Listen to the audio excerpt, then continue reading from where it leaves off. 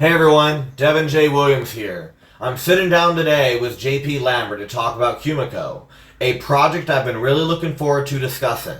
Before we dive in, I wanted to mention that we switched to pre-recorded interviews out of respect for our guests. By eliminating the connection issues that plagued my previous live stream, I can focus completely on the conversation and give both our guests and you the best possible experience. JP Lambert has had this incredible journey through different creative worlds. After spending 16 years in metal and hardcore, he found himself drawn into acting, where you might recognize him from The Summer I Turned Pretty or Genius Aretha. Now music has pulled him back, and he's partnered with Owen Benjamin from Wales to create Kumiko. The Dubai's single Apocalypse connected right away with listeners, hitting 1,000 streams in its first week, and their second track, Ebb Flow, premiered yesterday. What I find fascinating about Kumiko is how it breaks down genre walls while delivering these deeply personal lyrics. It's music that demands your attention both technically and emotionally. What's particularly interesting about JP's career is how he actually discovered acting through his music work. After finding himself on a film set through a music connection, he ended up diving into film and TV, building an impressive career that includes roles people frequently recognize him from. He also runs Larian Studios in North Georgia, offering recording, mixing, and mastering services alongside photography and videography.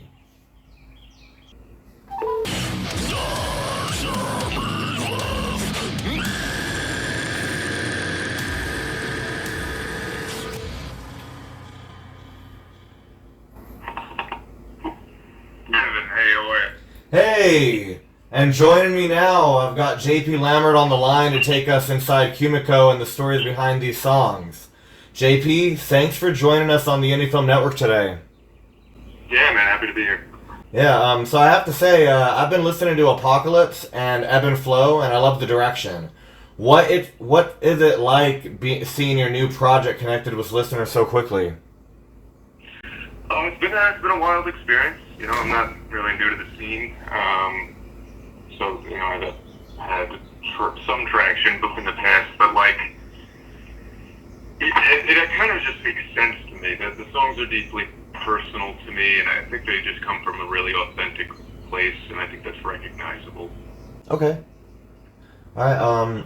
It's been a wild experience. I'm super grateful. That's awesome. So you've described this journey from like 16 years in metal to acting and now back to music with Kumiko. What compelled you to form this particular project with Owen, and how is it allowing you to express something that your previous creative outlets couldn't capture? That's a good question. So the difference really, a lot of my other creative projects are more playing into like a concept. So like for example, Abadonia's lyrical content is mostly like a dark fantasy with like horror elements, and it fits this like lore element that the band had established before I joined. And I love making that kind of stuff. It's super fun, and I'm stoked to do more with those guys. But with Kumiko, we kind of started it from the ground up. Like I was in the project in the beginning, you know, like Owen and I started it together, and I think our sound was just really raw, and I was going through some pretty hard stuff personally in my own life, and I think it just very quickly became about that, the music. Okay. So listening to both Apocalypse and Ebb Flow, I noticed these recurring themes of identity, existential struggle, and cycles. Lines like, looking in the mirror, but I can see the person looking back isn't me, and the blood flows in the river, the current, it drains from her veins, feel deeply personal. What life experiences are you processing through these lyrics, and how does transforming them into music affect your relationship with those experiences? I guess it offers a form of like emotional processing in a way. It's definitely been an outlet for me to like process grief, especially this first record. I wrote our first record here, this piece between in the midst of going through a really bad breakup, and so like the lines you brought up, looking in the mirror, but I can see the person looking back isn't me. Just like that defeated, like drained feeling, not feeling like yourself. Got it. Or just the blood flows in her. She was kind of suicidal, had some mental health issues, so it drains from her veins, the blood in her, yeah. Gotcha. So in Ebb Flow, there's this striking passage: a weak, a feeble, malleable creature born to feed and pass away, repeating the cycle again. What specific cycles were you reflecting on when writing these words, and what do you ultimately want listeners to take away from these existential scenes? Relative pain, I suppose. Just like people that can connect with the message, and others that have been hurt by a difficult, or it goes so far as to say like toxic or unhealthy kind of dynamic in a relationship, or just in life. Life's hard in general, and so I kind of played in a dynamic of two concepts there. Like the life cycle, and humans as a species kind of just being like weak. We have short lifespans. We get up, feed, work, and die.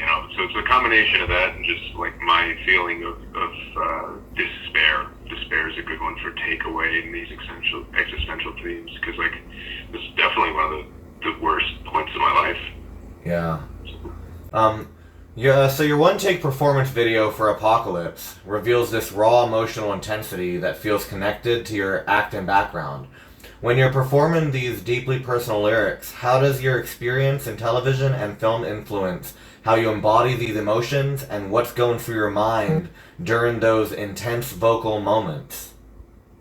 Surprisingly, and also somewhat not surprisingly, coming into the music industry pretty hardcore, pretty serious, the television experiences helped a lot, actually. As far as like hardware and equipment, and using like videography elements or acting tricks, even like music videos. Like in Abidonia's Epilogue of the Damned video, I got to really exercise. It's just really familiarity on camera and good emotional performance due to like experience working so much on camera, and then also just like visual direction. It's really helped with being able to put together visual elements, or even film my own self, like understanding editing software and all the different elements I've learned throughout my time in the television industry. It is definitely hand in hand with music, and I felt the same way when I entered television. Like a lot of my music experience helped me in television. So okay.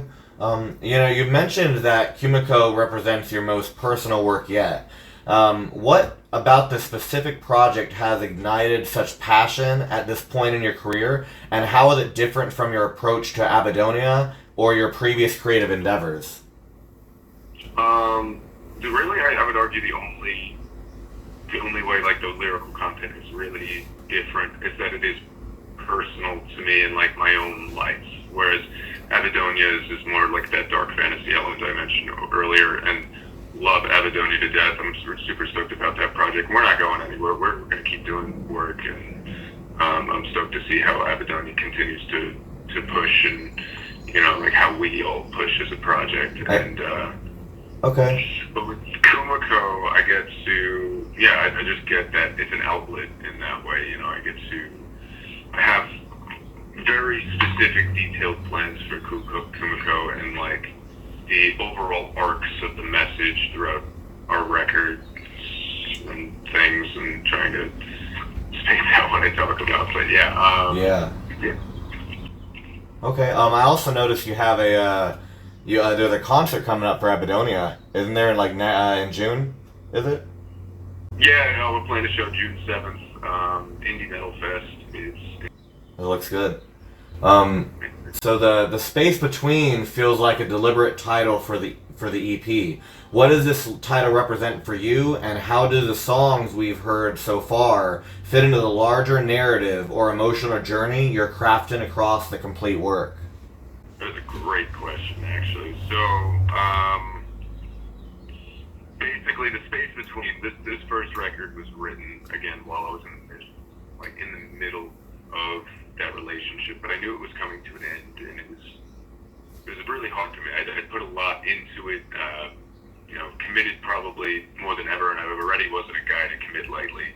And I took my relationships seriously, and it was really hard for me in this one. And so the space between is that space between we were still kind of together, but I knew we weren't, Yeah. Yeah. So it kind of stems from that a little bit, and just like the dark and honestly violent things that I went through in that. So the songs, to answer your other question, the songs that fit like the emotional journey, the songs we have out so far, right? So like Apocalypse has that big world-ending moment, but a lot of the imagery and metaphors in there are directly relating to, while they come off as being like the world, in context it was really more like the end of my world is what it felt like. So that's where that stems from. And then Ebb Flow is kind of like an acceptance track, like it's just the way it goes, which is a line in the song. Yeah. And it's kind of like an acceptance. I really liked it. I off script a little bit, but I was listening to it, and I listened to it a couple of times, and I was really trying to just figure out where these lyrics were coming from myself. Yeah. I really enjoyed it. So you've recently created the Kumiko community and seemed focused on building connections with listeners in ways you hadn't before. What prompted this shift toward community building, and what kind of relationship are you hoping to foster with the people who connect with your music? That's also a really good question. So I guess for the first time in my music career, I've always been kind of, I do all these creative works, and I'm not really a big fan of the limelight. I don't really care to be in the spotlight necessarily. Yeah. However, I understand the importance of, like, as a creative, sharing my work. So I'm trying to really engage with my community and be a part of it instead of just like throw my music out into the dark, right? And just aimlessly. Yeah. I want to build like a relationship active with my listeners, as well as just be more present about sharing my work, because I've worked on so much over the years, but I've just been discouraged from getting into the social media side of things, and that's been a newer challenge, but I feel like I've done pretty good getting over that hurdle in the past handful of months or so. But yeah, that's been a big obstacle for me in general, was the social media thing, and I felt like a sense of community would bring me closer to the listeners, to the audience, to my friends who listen to these tracks, and I think so far it really has had that effect. I feel closer to the listeners because I sit and talk to them, and I would imagine they feel the same because I'm more present. Yeah, I feel like a lot of people are, a lot of creators, you're not alone. A lot of creators feel that way about social media and sharing their work. It's like, it's just part of the game. Huh? It is part of the game. It's like a whole other job, and I'm trying to learn to and I have gotten a lot closer to this than I used to be. Like, I'm trying to learn to love that process instead of be almost intimidated by it. Yeah. Because it's a lot. It's like a whole other job. Like, because I'm already making and doing so much. Now I've got to create content around the product. What I've already made and things like that. It helps to have a team. Like Owen's amazing.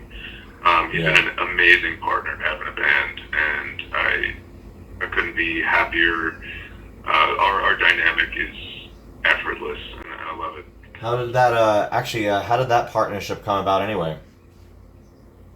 I'm gonna be honest, I don't even completely remember. I get hit up to do so many musical collabs that it's hard to keep track sometimes.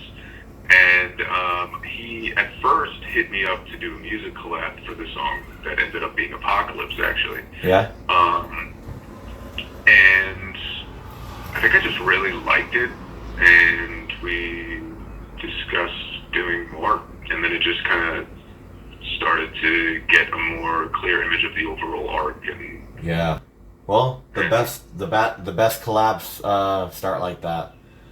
So, so having moved between both the music industry and the film TV industry throughout your career, what parallels or differences have you observed between these worlds, and how has navigating both shaped your approach to creative ownership and artistic vision? I think you'll notice with Kumiko's direction, a lot of our goal in visual design is to be almost just feel large and cinematic almost, and it's definitely a little bit from that. I like feeling cinematic, and honestly, the worlds overlap a lot.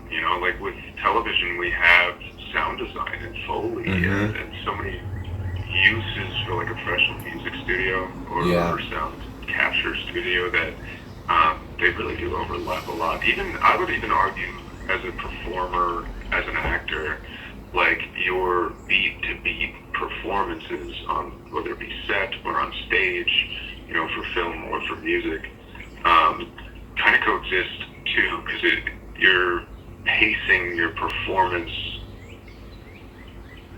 to a click, kind of like even as a television actor, like timing is so important to me, and that does overlap in music. Yeah. Okay. So looking beyond the space between, where do you see Kumiko headed next? Are there sonic territories, themes, or collaborations you're excited to explore that might surprise people who are just discovering your sound through these first two singles?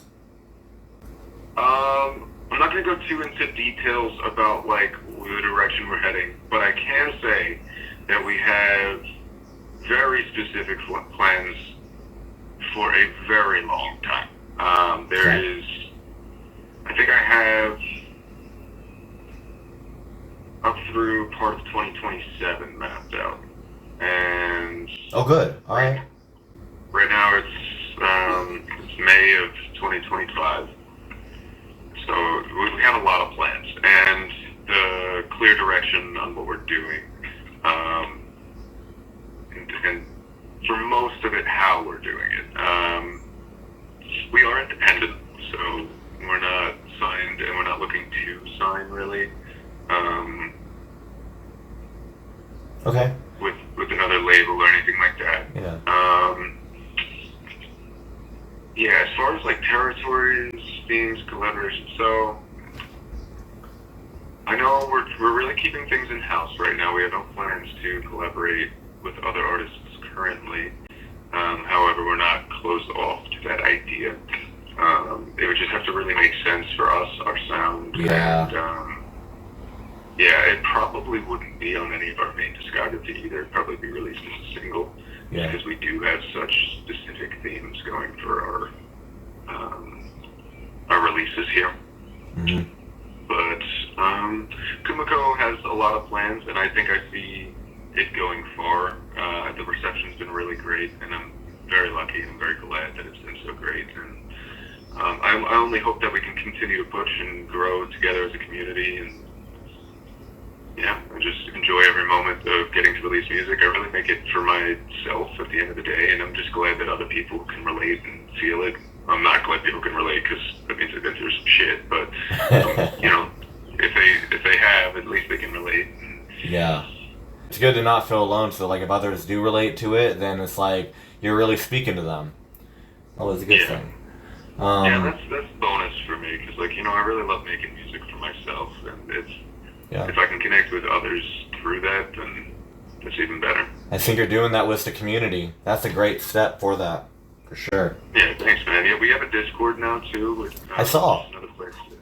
Yeah, we're doing like giveaways and all kinds of stuff. Okay. Cool. That'll be in the description as well for listeners. Just the Discord, Instagram, the community, all of that. So now, what's the best way for? I know you already mentioned it. This is the final question. What's the best way for people who can connect with Kumiko Sound to support the project and stay updated on what's coming next?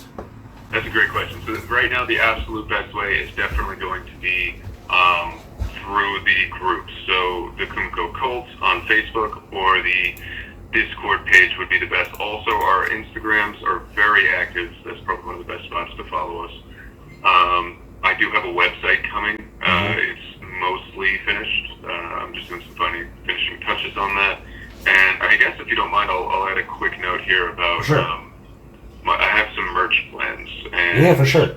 it's kind of what so I intend to do merch for Kumiko. I intend to release merch, but it might take us a little longer just because I'm not trying to use print-on-demand services.